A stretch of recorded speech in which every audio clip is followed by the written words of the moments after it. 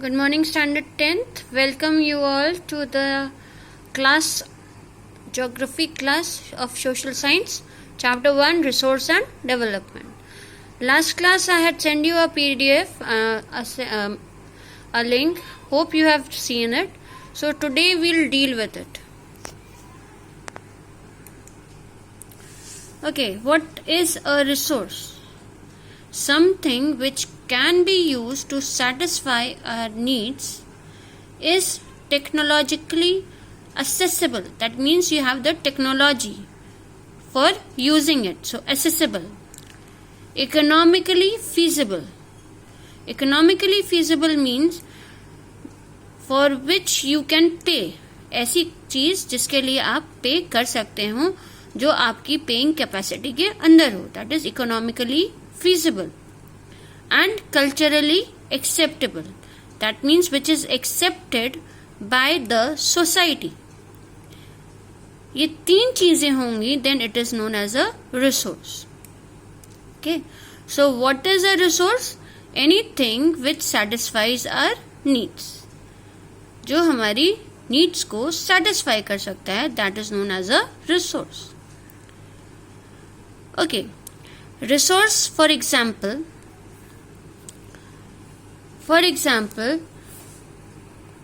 soil that you have. Okay, the soil which you have is a resource, but आप soil को as it is use नहीं कर सकते. क्या करना पड़ता है? उसको यूजफुल बनाने के लिए उसमें कुछ ट्रांसफॉर्मेशंस होते हैं, कुछ चेंजेस करने पड़ते हैं. क्या करेंगे? उसको बेक करके उसको ब्रिक में चेंज करेंगे ताकि वो बिल्डिंग बनाने की काम में आ सके. सो ये जो प्रोसेस है ट्रांसफॉर्मेशन का, वो क्या कहता है कि the process of transformation of things available in our environment,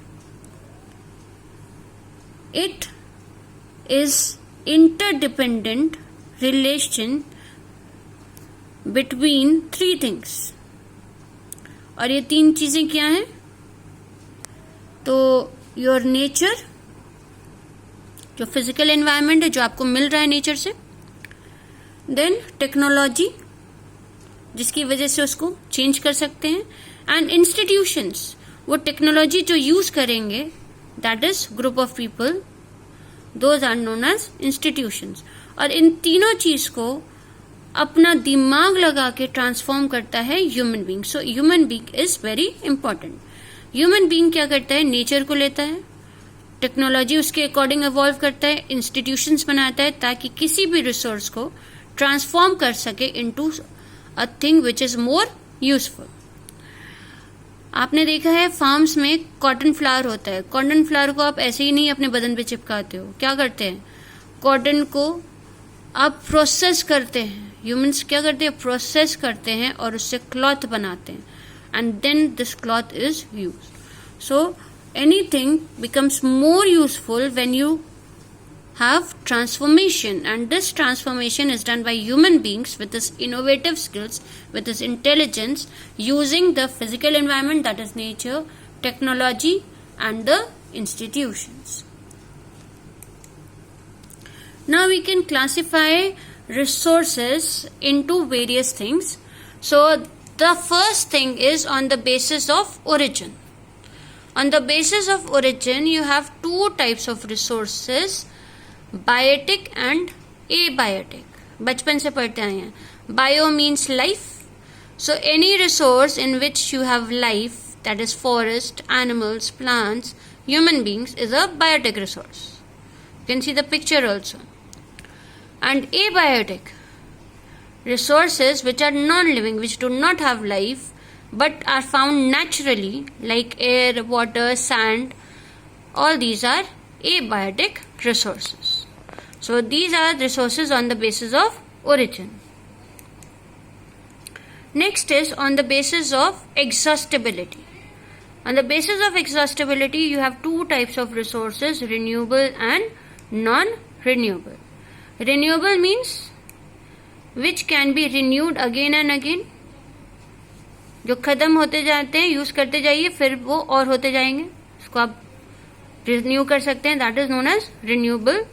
और जिसको रिन्यू नहीं कर सकते, यानी उसका लॉन्ग पीरियड ऑफ फॉर्मेशन है, दोबारा आप नहीं पा सकते, that is known as non renewable resources like fossil fuels, like coal, petroleum, ये सारे क्या है आपके non renewable resources.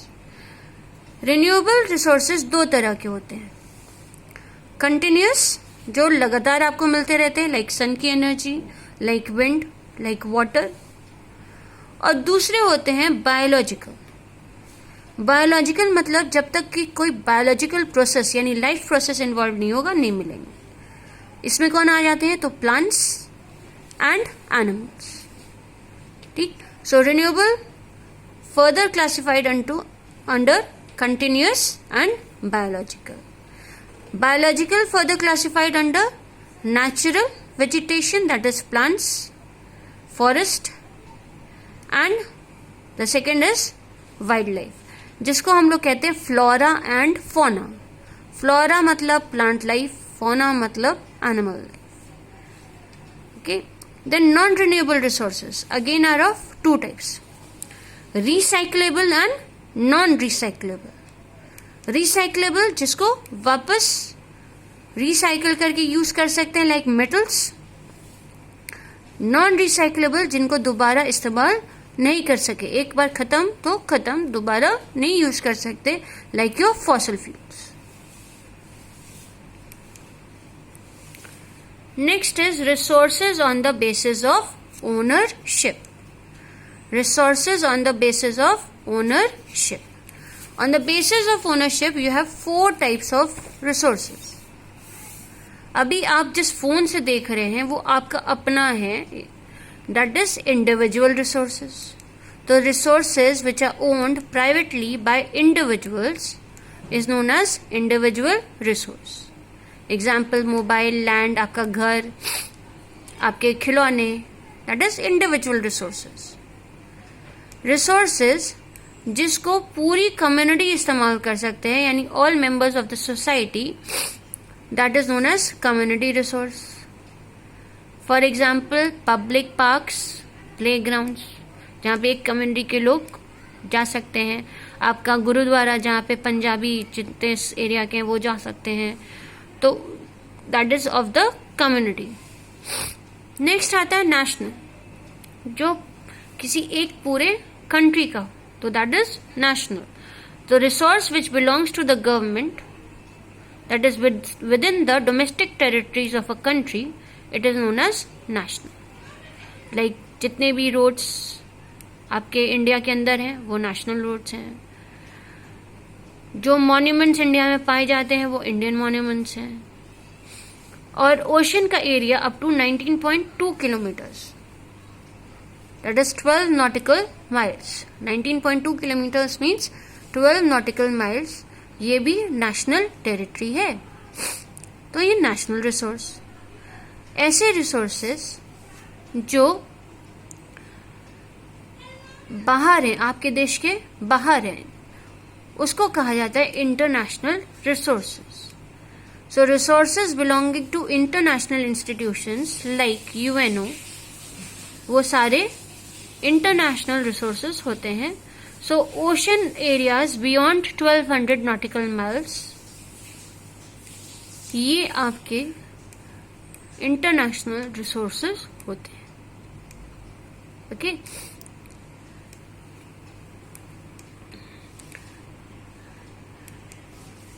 Then next आता है on the basis of development, resources on the basis of development. On the basis of development, you have 4 types of resources. One is potential. Example दिया है solar and wind energy in Gujarat and Rajasthan.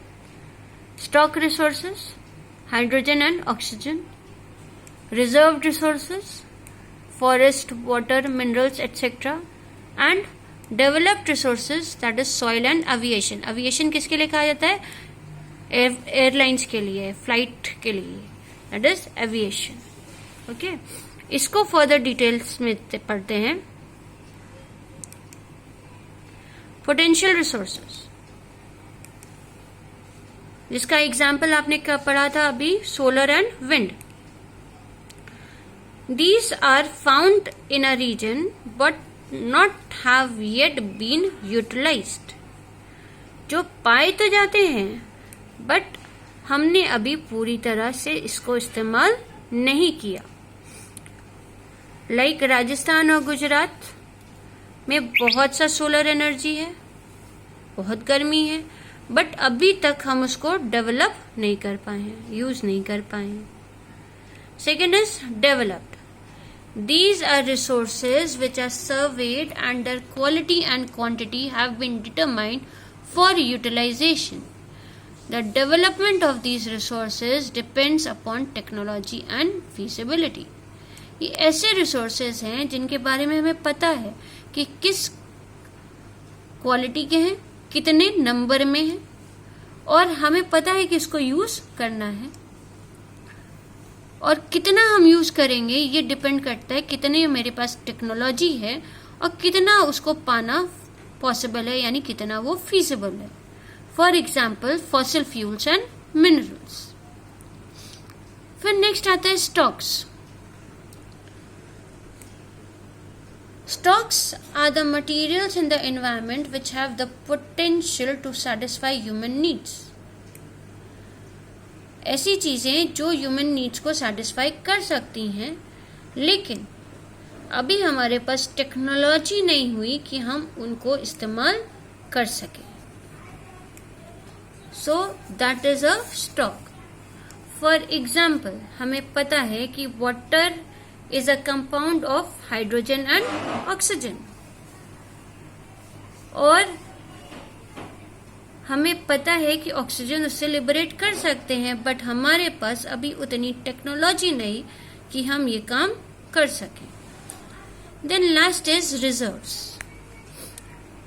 These are stocks of resources that can be put to use with existing technology. However, their use has not yet been started. They can be used to meet future requirements. Reserves generally हम समझते हैं क्या, जो छुपा के रख दिया. क्यों छुपाया? ताकि बाद में यूज हो. बस सेम ही जहां पे है. रिजर्व्स का मतलब ऐसी चीजें जिसको यूज हम कर सकते हैं टेक्नोलॉजी के साथ, फिर भी उसको छुपा के रखते हैं ताकि फ्यूचर नेसेसिटीज को पूरा किया जा सके. So that is known as a reserves. जैसे हमें पता है कि रिवर वाटर से हाइड्रो इलेक्ट्रिसिटी प्रोड्यूस होती है, तो जितना भी वाटर डैम्स में है वो एक रिजर्व है. So that is all about resources and their classification. See you in the next class.